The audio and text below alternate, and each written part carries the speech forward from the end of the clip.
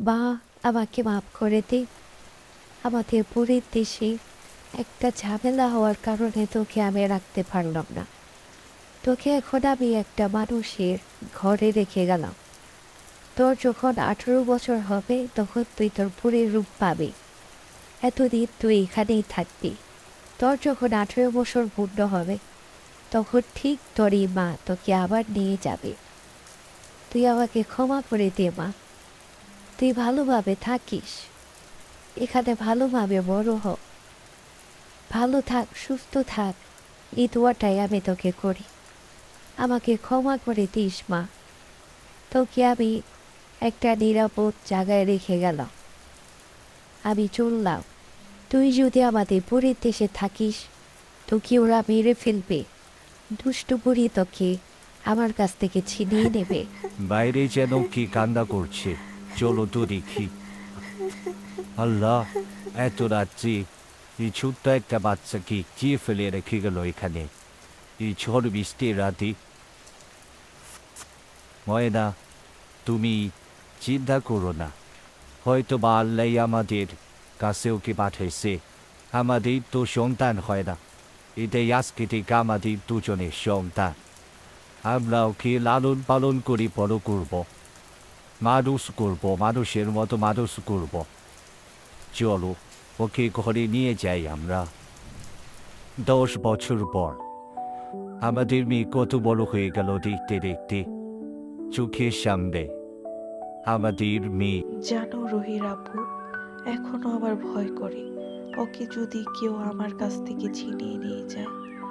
এইসব অমন করে কথা বলো না, রুহির আম্মু। বাবা মা, তোমরা কি বলতেছো আমাকে নিয়ে? আমি কোথায় হারিয়ে যাব? আমি তোমাদের অনেক ভালোবাসি। তুমি আমার মা, আমি তোমাকে অনেক ভালোবাসি।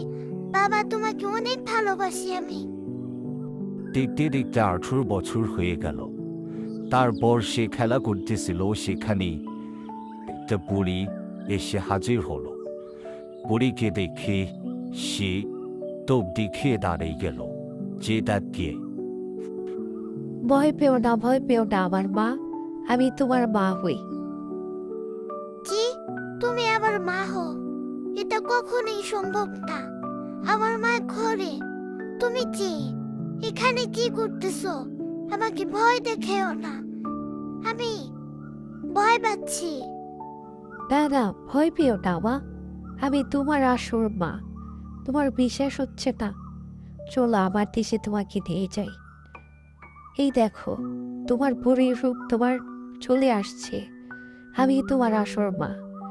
একটা ঝড় বৃষ্টির রাতে আমি তোমাকে ওই বাসায় রেখে আসছিলাম। আমাদের পরিদের দেশে একটা দুষ্ট পরি এসেছিল তোমাকে নিয়ে যাওয়ার জন্য। তো এই ভয়ে আমি তোমাকে মানুষের ঘরে রেখে এসেছিলাম। 18 বছর পরে তোমার রূপ তুমি ফিরে পাবা, বুড়ির রূপ। তাই ভাবছি যে সেই দিন তোমাকে আমি নিয়ে আসবো এই দেশে। তুমি আমার মেয়ে, তুমি আমার মেয়ে, তুমি আমার মেয়ে। তুমি আমার আসল মা, কিন্তু ওই মাকেও আমি ভালোবাসি। আমার একটা কথা রাখতে হবে, আমি মাঝে মধ্যে ওই মার সাথেও দেখা করব। আচ্ছা চলো তোমার আম্মুদের সাথে দেখা করে নিয়ে আসি। মা, তুই কই গেছিলি? তোকে আমি খুঁজতে খুঁজতে পাগল হয়ে গেছি মা। মা, আমাকে নিয়ে তুমি টেনশন করো না।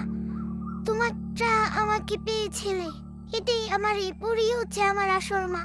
কিন্তু তুমিও আমার মা, তুমি আমাকে লালন পালন করে বড় করছো, আমাকে শিক্ষা দিছো, আমাকে আদর করছো। আমি তোমার সাথে দেখা করতে আসবো, কিন্তু আমার পরীর দেশে আমাকে ফিরে যেতে হবে মা।